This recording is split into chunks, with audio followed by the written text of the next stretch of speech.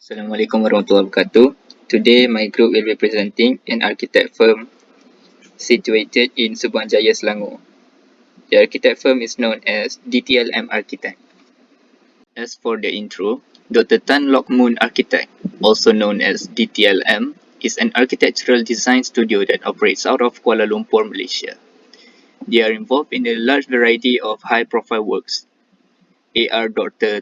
Tan Lok Moon is the principal of Dr. Tan LM Architect, also known as DTLM. A bit of an info about the firm. DTLM firm embraces and interprets regionalism in a modern social context. In a rapidly changing world landscape, they believe that well-designed buildings and spaces create added value for all its users. Often working from the basis of typologies, they have managed to interpret and translate simple regional metaphors into their increasingly green architecture.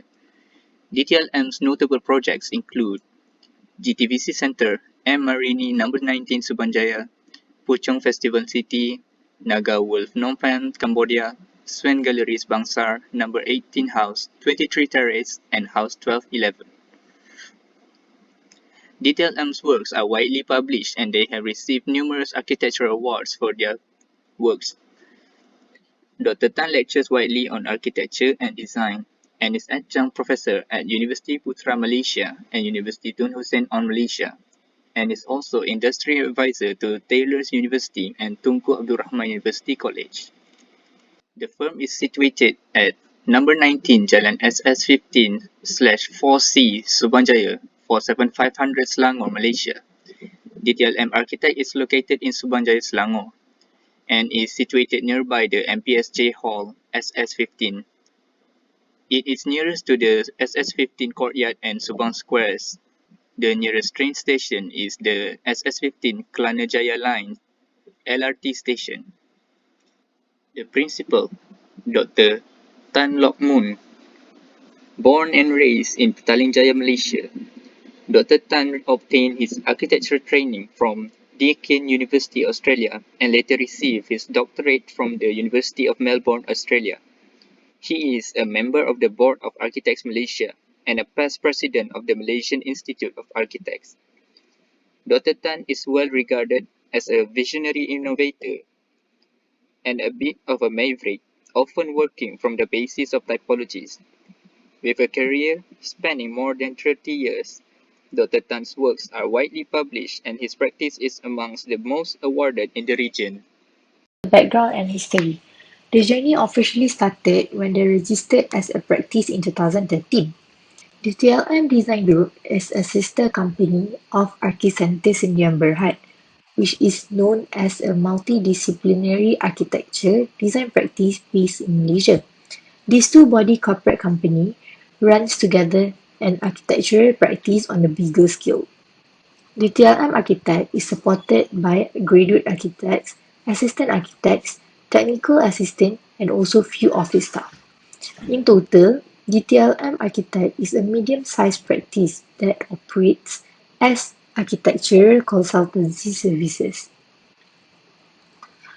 The TLM Group's work is driven by sustainable regionalism to create socially responsible built environment. Their portfolio of work range from large-scale city and town planning through to commercial, hospitality, residential, and adaptive reuse projects. UTLM's group multi-award winning designs are widely published in the region.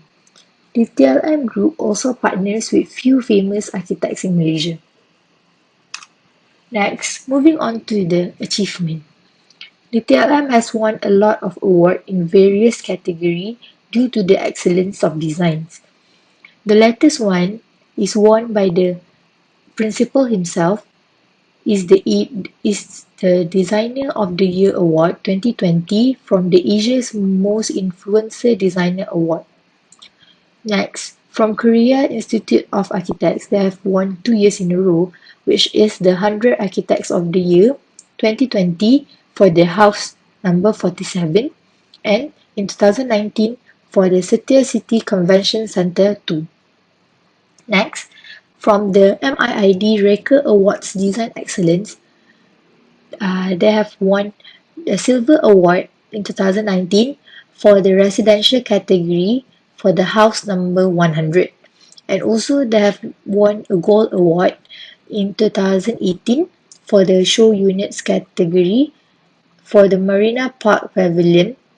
In 2017, they have won two awards, which is the Honorable Mention Award for the residential category, the Wood Box, and also the Gold Award for the residential category, House 8D. Published works, which is the featured projects in DTLM.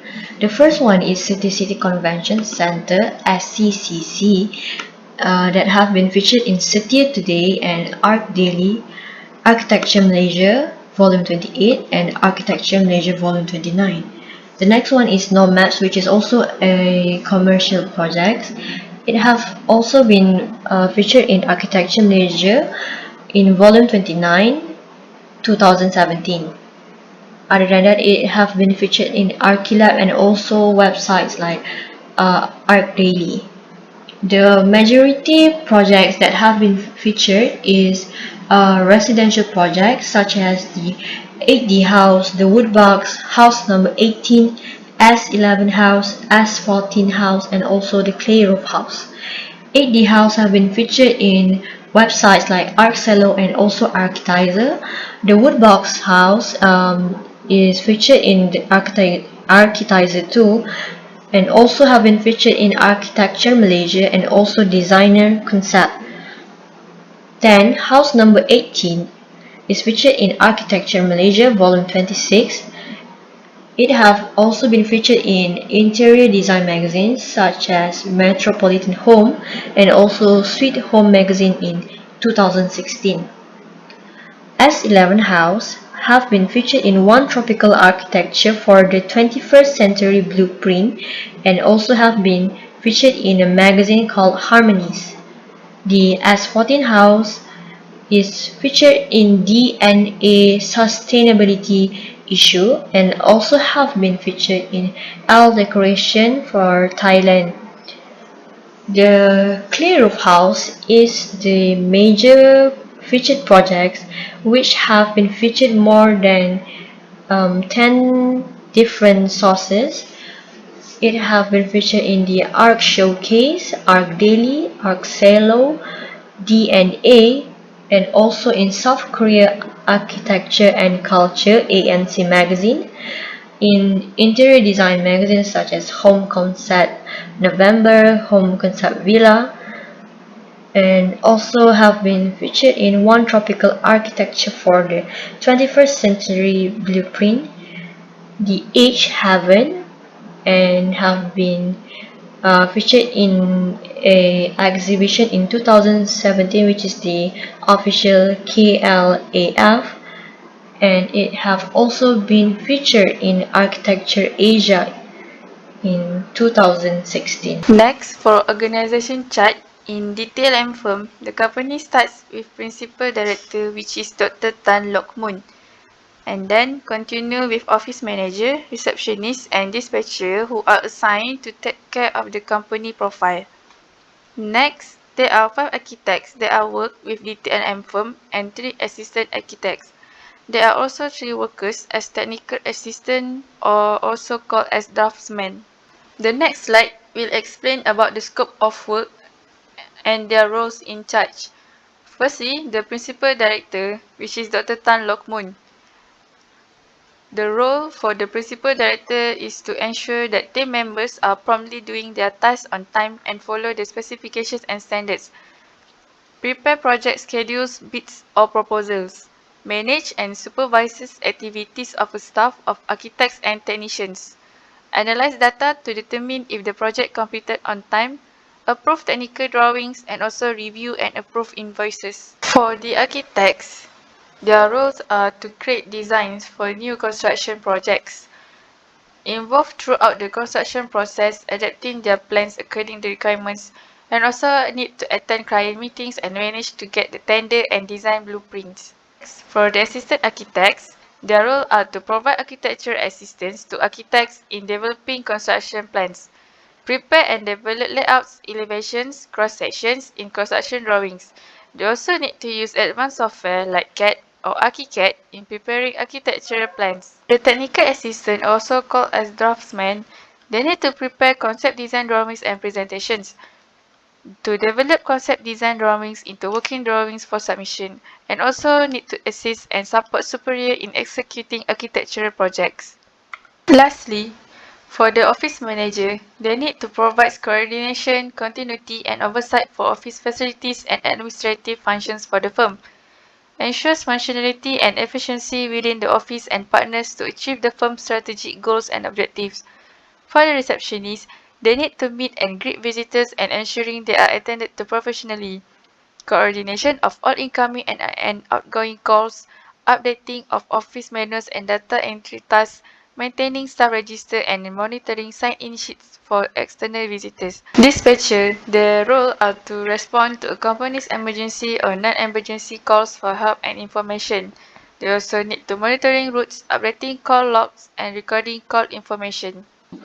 So saya akan present berkaitan dengan projek yang dihandle oleh Dtlm Architect, dan salah satu projek itu adalah PJ Kita Community Center. So PJ Kita Community Center ni is a design by Dtlm Architect, a community initiative by Petaling Jaya City Council and BPJ to engage with citizen through multiple channel located in the vibrant Kelana Jaya. The multicolored PJ Kita mural begin from the main entrance of PJ Kita Community Center and seamlessly flows to the wall, floor and extend across the street, stretching 120 meters long towards Stadium and BPJ. The front view of the wall mural features a diagrammatic directory map of the PJ Kita Community Center. So PJ Kita Community Center ni dia consists of a few buildings. Dalam tu dia ada pelbagai jenis building with different function. So untuk projek yang ni kita orang akan try relatekan dengan 5 basic services yang kita dah belajar. Mula dari schematic design phase sampailah final completion phase.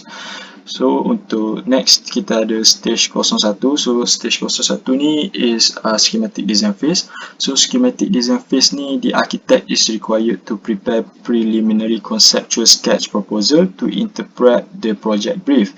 The architect usually start with a rough study drawing that illustrate the basic concept of the design, such as form, spatial relationship and space planning. The architect does precedent study and analysis of the project and proposal as well. This includes site analysis, zoning and building code issues and also programming. So untuk phase ni apa yang terlibat adalah dari segi space planning, dari segi form, spatial relationship, zoning, programming, initial sketch, conceptual sketch. Okay, and kalau kita tengok dekat on the right side tu adalah contoh zoning yang Dtlm Architect buat during PJ Kita Community Center. Next, kita ada design development phase. Untuk design development phase ni pula, the progress from the schematic design phase is collected and further detailed in this stage, such as the initial sketch of the design is developed into great detail drawing like working drawings. The specifications of drawing which describe the standard to which the building must be built and the material to be used are also provided in the working drawing. The detail drawing also consists of detail of structure, lighting, air conditioning and other mechanical services. So dekat sebelah kanan tu adalah contoh working drawing bagi design development phase. Next, kita ada contract documentation phase. So the contract documentation phase ni is the coordination of working drawing and design regarding to the project, the development of the specification document, finalization of detail drawing and updated of production cost. This phase provide graphic and written document for contract implementation and management, which is known as tender document. So untuk phase ni adalah di mana tender drawing is prepared and the tender drawing tu jugalah akan dijual at a certain price kepada kontraktor. Next, kita ada contract implementation and management. Untuk yang stage keempat ni basically stage di mana kerja-kerja construction tu bermula lah.